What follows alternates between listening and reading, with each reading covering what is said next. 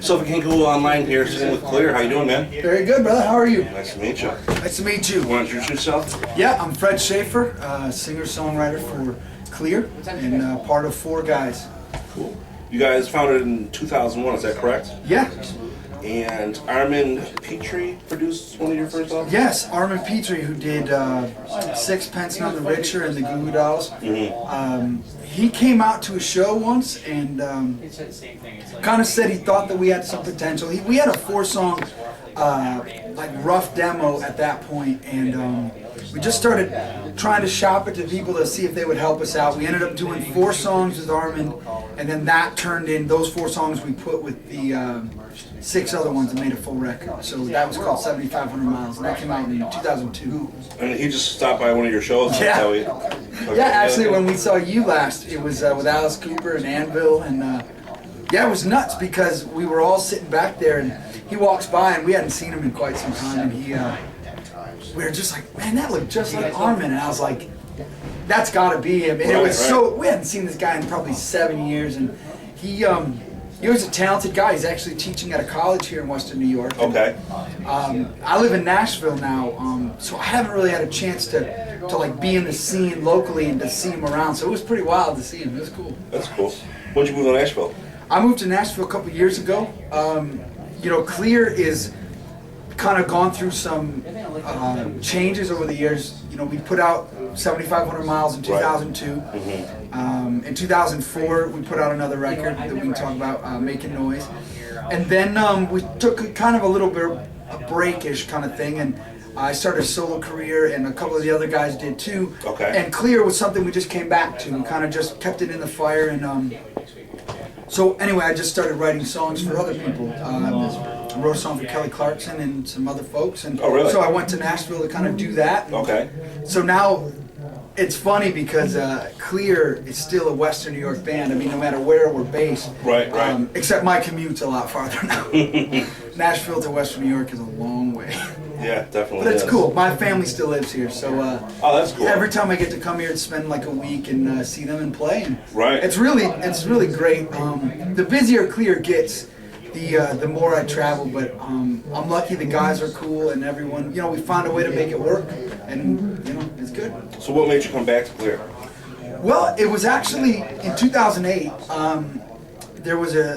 We had kind of kept in touch, and we kept talking about, you know, maybe someday we'll get back together and see, you know, if it's still there. And a show with Saliva came up, and at Thursday in the Square here in 2008, and they said, would you like to be the support? And Bruce, the guitar player, called and was like, hey, you want to just do this show and see what happens? And we did, and it went great. It was like an old, I would say like an old hat or an old shoe, like it just fit. But at the same time, there was like an excitement, like wow, like we still have unfinished business. And so we've kind of just slowly kept that plugged in.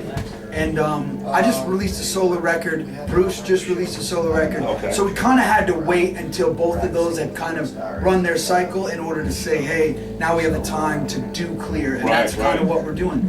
We got together, started putting together some new songs, and it's kind of, you know, it's a chance to give people what, you know, we keep getting people saying, hey, we'd love to see you again, and we're going to give it to them. Is that going to be your main focus now, or are you still dabbling in songwriting? Well, I'll do songwriting because it's the kind of thing I can do anywhere. Okay. And you know, that's kind of like a long-term career. Right. It's nice to write tunes, and in that way, you know, I get to write country tunes, and I can write rock tunes or pop tunes, and where Klear, you know, has a thing. Right.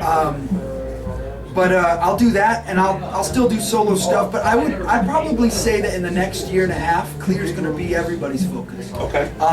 We're going to start recording new songs and put out a new record and do that push. And I would assume for at least a while it will be. And you know, we kind of always said the door's open. So if the schedule keeps filling up, we'll just keep going. And I think that's what's nice, is that we're at a point now where we can do all the things we want to do, and Klear can still be this place where we kind of come together and put, you know, the bulk of our efforts.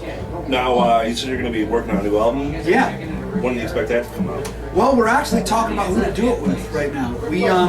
you know, producer's an interesting thing. Back in the day, it used to be a much bigger thing. You know, producer pretty much got into your band and became a member. Right. Nowadays, with the way people make records, a lot of them make them in their home or in the smaller studios. So the band ends up being a little bit more, you know, autonomous. Okay. But I think that, you know, we've kind of been trying to figure out exactly who the right guy would be. You know, we talked to Armin a little bit. We've talked about, hey, maybe we'll do that. Our second record was produced by Robbie Takak of the Goo Goo Dolls, who did Making Noise.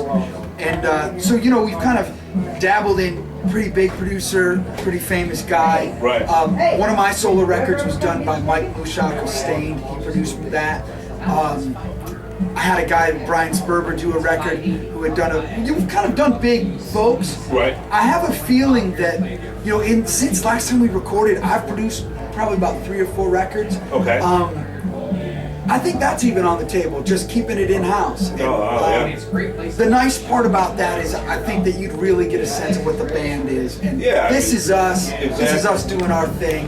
You know exactly what you want to focus on. Exactly. And you know, sometimes producers, their opinion, if they're in line with yours, it's great and it ends up being a wonderful thing. But if there's, you know, some bit of gray, you know, that can sometimes be a bit of a volatile situation. But I think for us, I think that's very much on the table. Well, definitely not. I mean, with the fact that you being gone and coming back, I mean, you know exactly what you want to focus on and what kind of sound you guys want to put out. So Yeah. I think it might, you know, might be a little bit more natural fit if you want to put it that way. I absolutely agree. I think the best part of this interview is the fact that our drummer Danny is dancing in the background. Here's my little feet. I'm good, but thank you. Fueling up with Reese cups and bananas. Just So, anyway, no, but I think that I think you're right. I think that that'll kind of give the. We're all a little older, a little wiser, kind of Right, figured right. that stuff out. So, yeah, I think so. Now, you mentioned Robbie earlier, produced one of your albums, Yeah, tracks? album. Making Okay. Noise. And you're on his record label? We were.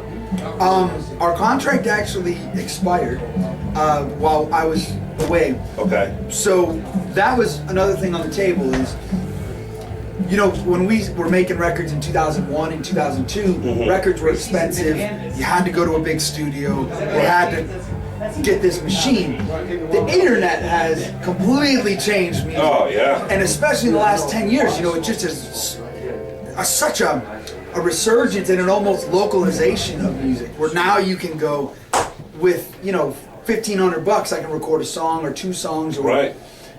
Bruce Wojcik, ladies and gentlemen. Bruce Wojcik. hi. Guitar player. How you doing? And driver. How y'all doing? I drive the truck with the transportation. Or something like that.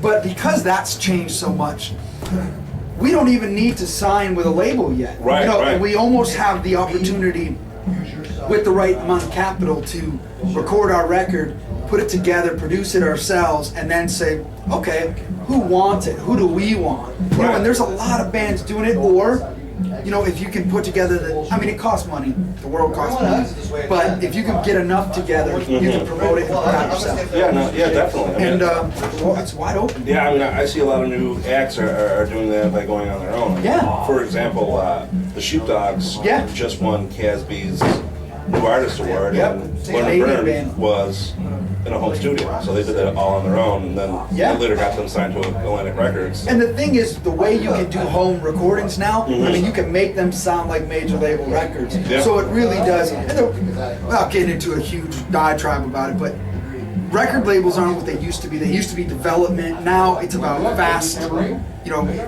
fast reward. How quick can you make a record, put it out, and make money? And, you know, so I think what's hilarious, what I've noticed is the disconnect, because for a long time I don't think fans understood, you know, they'd be like, how come this band won't put out a record?